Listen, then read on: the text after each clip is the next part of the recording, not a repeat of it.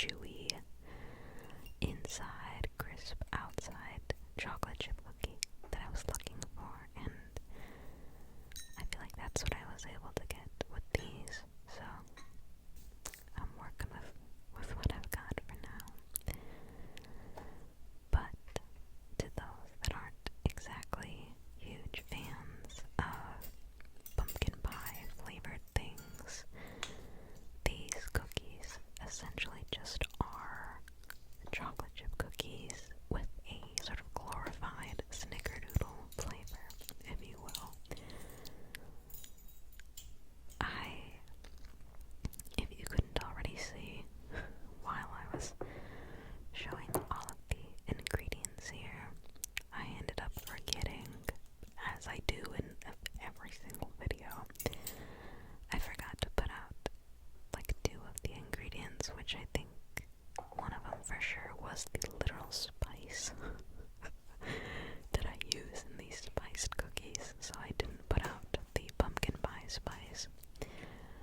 I used pumpkin pie spice, but you can use a mixture of allspice, nutmeg, cinnamon, a little bit of clove to achieve the same effect. But I find that just buying a pre-mixed pumpkin pie spice is just super easy to throw it all in. But right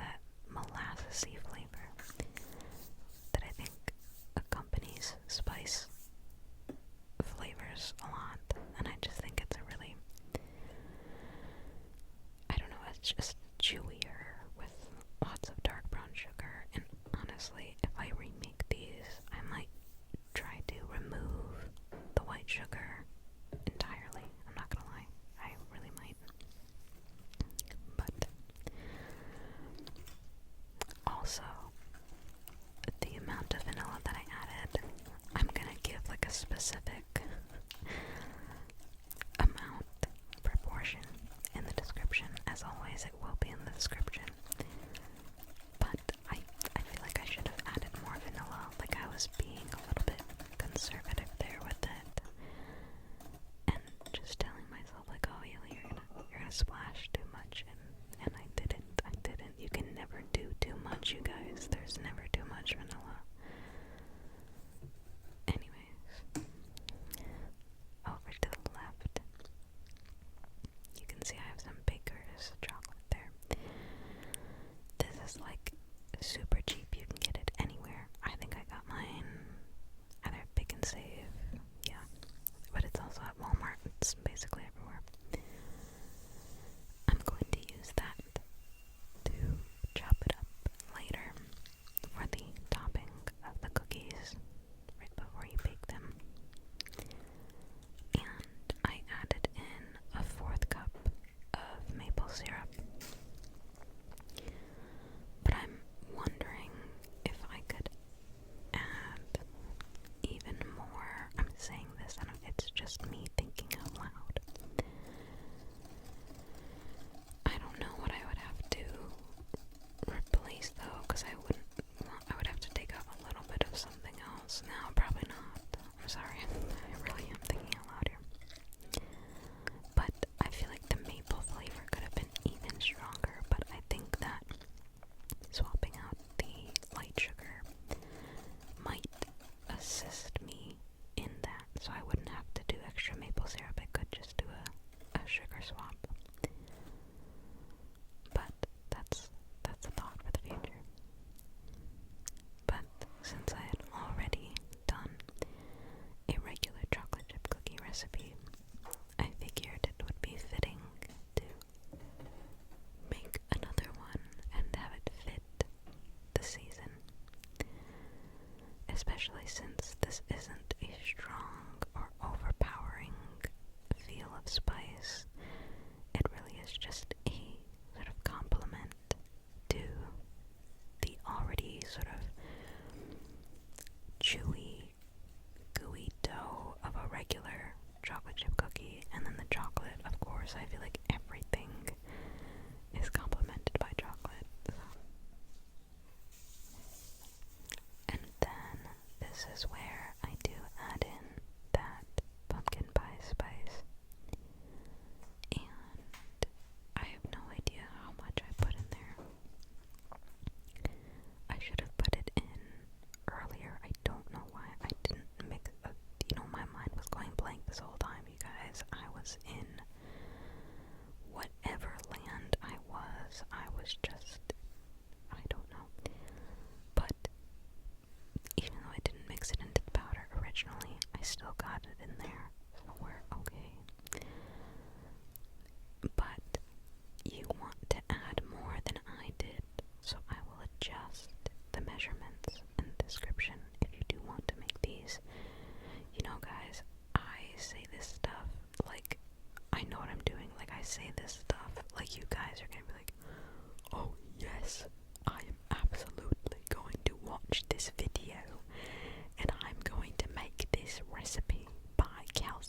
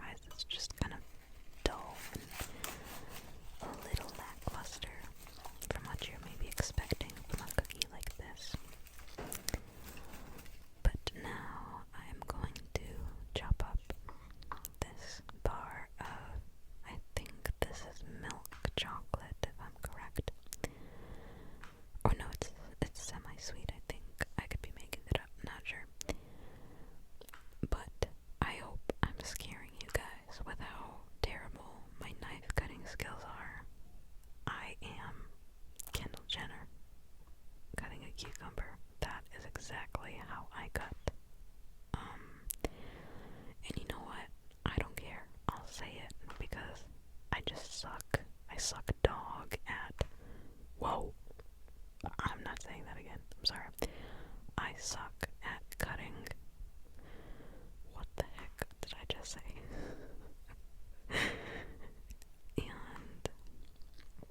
But this, I will, to be fair, this was a pretty firm block of chocolate. Like, it was a little difficult, and I like cutting it like super close to the edge because it kind of like breaks off in the way that you just saw. So I'm not cutting in chunks, but I'm cutting like slivers so that it can break naturally where it's thinner. If you get what I'm saying, you can see it right there. And I truly think that having some extra chocolate chips that you know will melt, or like I just did, cutting some chocolate up, having that to add to the top of your cookies will honestly save them on the way that they look. Because to me, I'm very, very heavy on the image of the baked good reflecting how yummy it is, and sometimes it can just be a little discouraging when you want to make something that tastes good, but it just looks either a little bit flat or a little bit boring or just kind of blah. Like, it can be discouraging when it comes out of the oven.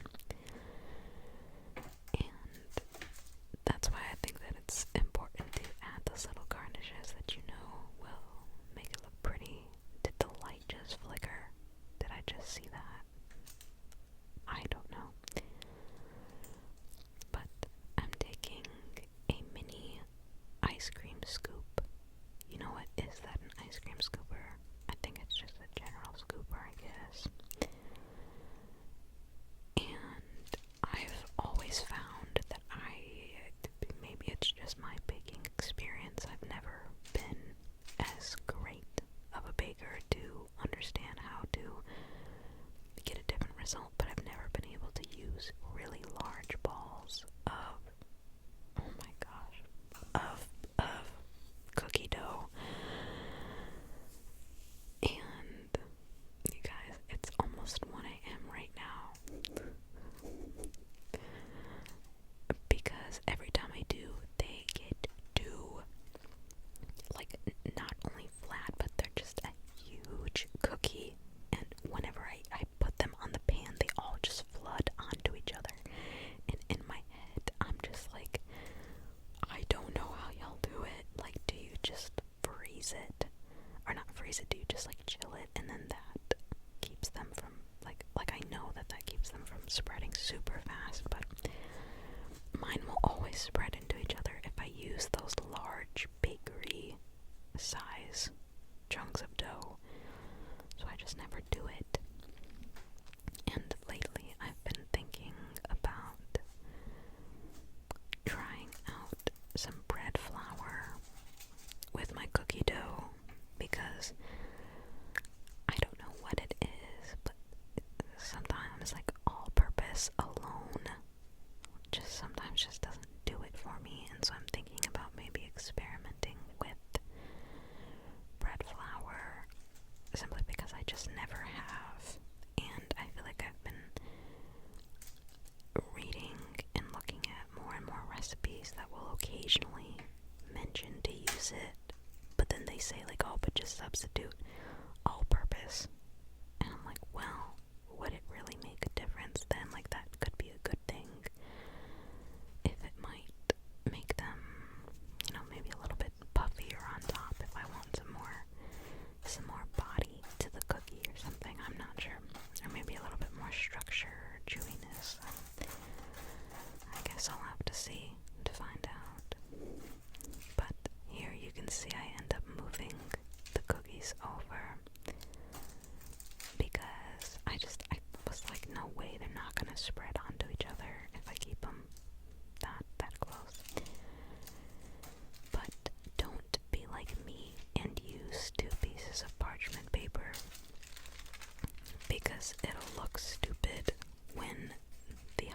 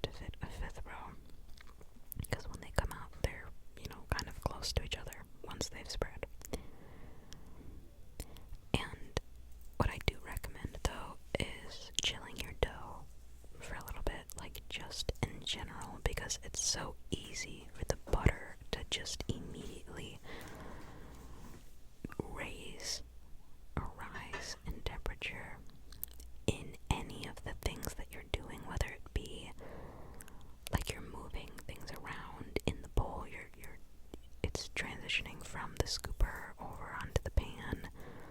Those simple little things can make the butter rise in temperature, and then it, changes the way that they bake sometimes. Honestly, it's really not that deep, but it can be if you want it to be. And right here, if you didn't think that these were unhealthy enough, we're gonna add a sprinkle of brown sugar on top. And you might be asking me, Haley, why did you do that?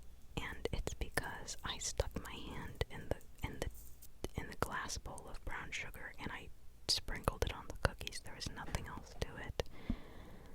I just felt like putting some on there, and I thought it would be nice, and it was nice. Because we're going to add, you guessed it, some flaky sea salt at the end, and that just repairs all of my wrongdoings of all of these sweet flavors coming together. The flaky sea salt will balance all of it, so don't worry. And here again, I am making this batch of cookies. Actually comes out the best because guess what? The first batch that I just put in, I was so silly. I was silly funny, not even thinking Haley, and I put the temperature to 350, and normally that's fine for cookies. Like, that's, anyone would use that ever. But for these, they baked better at 375, and I was supposed to do that, but my mind was just in regular cookie mode. And I feel like my home is always very warm, so like I knew baking it at a higher temperature, I don't know, I give it more structure, and it did once I finally put the second batch in and I let it come to temperature at 375 Fahrenheit. So I was freaking out a little bit, not freaking out, I'm exaggerating, but I was annoyed at the fact that I pulled out the cookies and I realized it was at 350, so I corrected it. It's okay. I don't remember putting 4 rows. Oh wait, yes I do. Never mind. Sorry, I'm just watching this again as if I've never seen it. A lot of the time, if I have very little dough left, but I still have a few chocolate chips in the bowl, I will take those and set them on top, simply because sometimes if they're buried in all of the dough, it's gonna look like they're covered, and it just doesn't look as cute and pretty as it could had you had some exposed chocolate on top, because then that melts down and just looks ooey and gooey when you do take it out of the oven.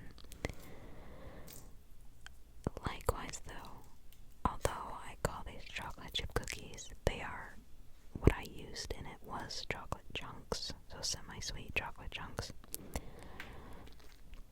And you know what, I actually think I'm gonna stop using those unless I am intentionally making some sort of like oatmeal chocolate chunk butterscotch chip cookie. My mother loves making those.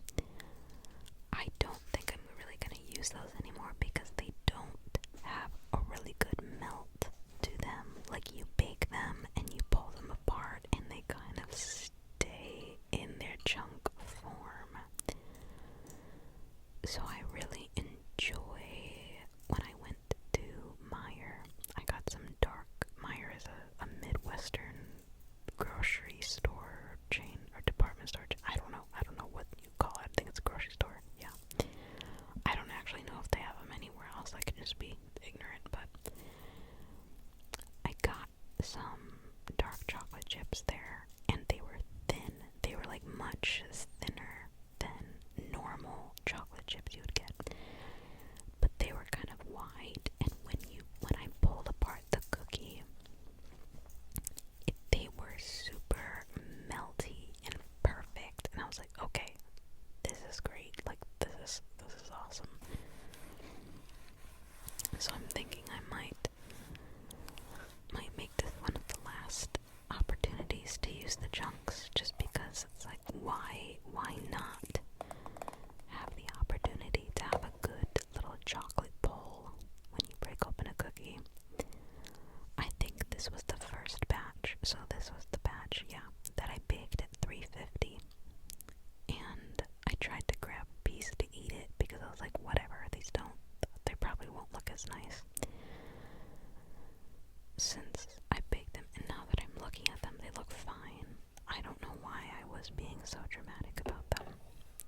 second batch there where they had a little bit more body, they had some more fullness, I don't know. But pulling them off of the pan here, setting them there, and then I believe, yep, I'm going to sprinkle some ground cinnamon over top. And what I mean by that caption about going back over them with the cinnamon is that right here you see me sprinkle cinnamon on top, but it looks barely visible. And that's kind of because it was barely visible, like there wasn't a whole ton sprinkled on. And with a cookie like this, if you're already spicing the dough, you really don't need to do a lot. Like the amount that I'm doing here, totally sufficient, totally enough.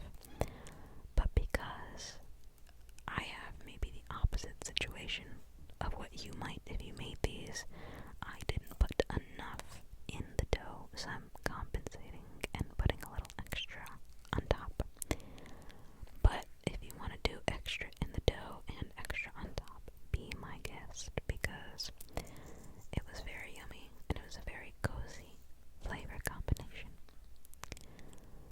And right here I am adding on that flaky sea salt, which not only makes it taste wonderful, especially if you have a semi-sweet chocolate to pair with it,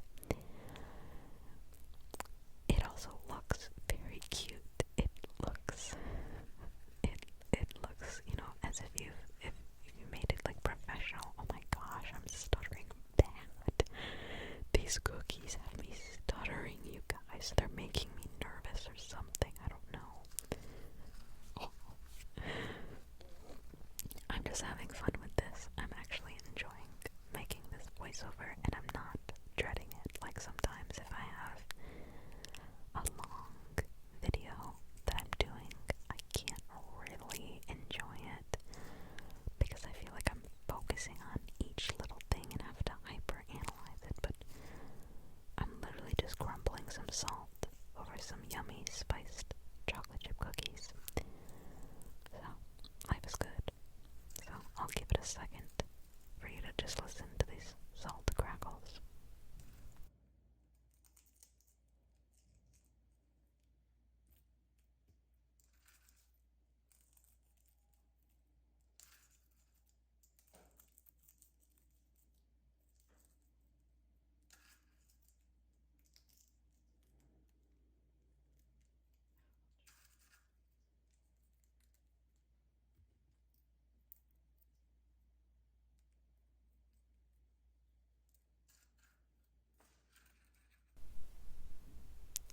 Those are indeed the final cookies, and you can see the chocolate chunk and how it was barely melted. Like, why would you be